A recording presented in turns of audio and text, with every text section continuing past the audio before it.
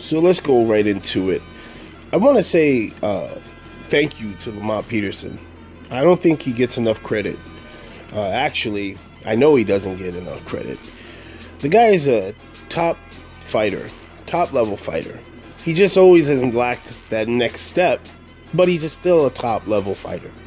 He comes in the ring, he gives it his all, night in, night out, doesn't complain, consummate professional. Yeah, he had his little hiccups with the performance-enhancing drugs. He apologized, he moved forward, has continued on his career. He's a grinder, you know, and he won't be one of the fighters that has to walk around with his head down at the idea and the notion that he ducked Errol Spence.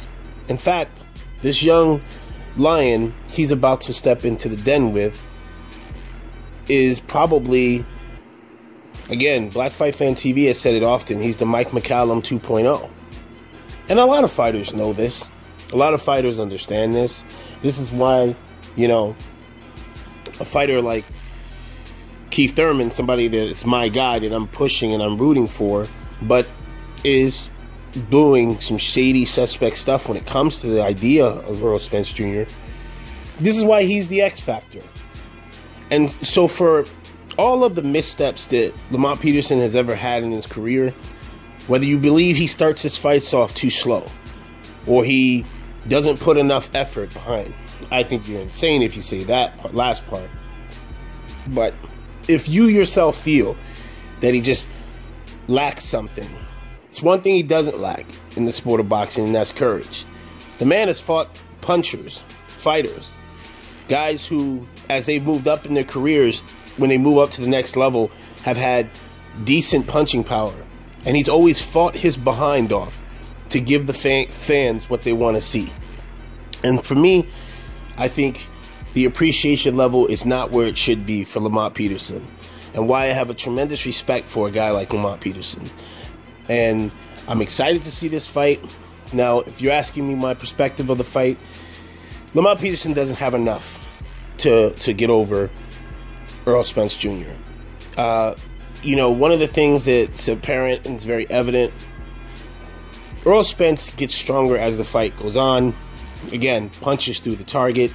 Again, great spatial recognition. Very good, strong jab when he wants to use it.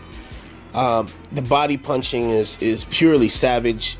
And, you know, Lamont Peterson, while he has great technical skills and he can do something, and don't be surprised, it's for as long as Lamont Peterson has the energy, he's going to have the guts, man.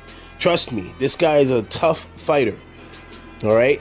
And, you know, he's one of those guys who he has put DC on his back, in his heart, and he fights. All right? And he gives it his all. And the guy got skills. He's got decent speed. It's nothing blazing, but he's got decent speed.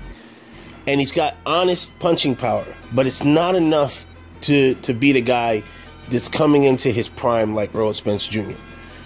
And so for me, the fight's going to just kind of see like this. Put it this way. You know how what we experienced watching Jarrett Hurd, right, the other night, where you had Hurd, who was this young, strong fighter, and then you had Austin Trout, who was the veteran who had a lot of wars on him. It's going to go out the same way. The only difference is Jarrett Hurd is no Errol Spence. It's not going to take Errol Spence 5 rounds to adjust. The thing about it is Jarrett Hurd didn't go to the body enough fighting Austin Trout. He would have taken the starts out of Austin Trout a lot sooner. And to me, Jarrett Hurd has issues, deep issues that there are concerns there as far as him moving forward as somebody who is going to keep that belt. So Errol Spence is not going to be that guy. Errol Spence is going to be measured and pace himself, and he's going to know how to plant those body shots on Lamont Peterson. And Lamont Peterson likes to box. He likes to box from the inside. He likes to stick with his jab. He likes to turn you. But the thing is that Earl Spence is not going to allow him to move. He's going to cut the ring off and he's going to go to the body. And the moment that Lamont Peterson stops moving, that's when we're going to kind of see the beginning of the end.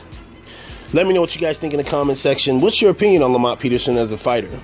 I really do feel like he doesn't get enough credit. Again, I know we're not negating his mishaps with the performance enhancing situation, but what about his overall will and just his grit to get into the ring with this beast? Because he is a beast, and even I'm admitting he's a beast. It's your boy QuestX.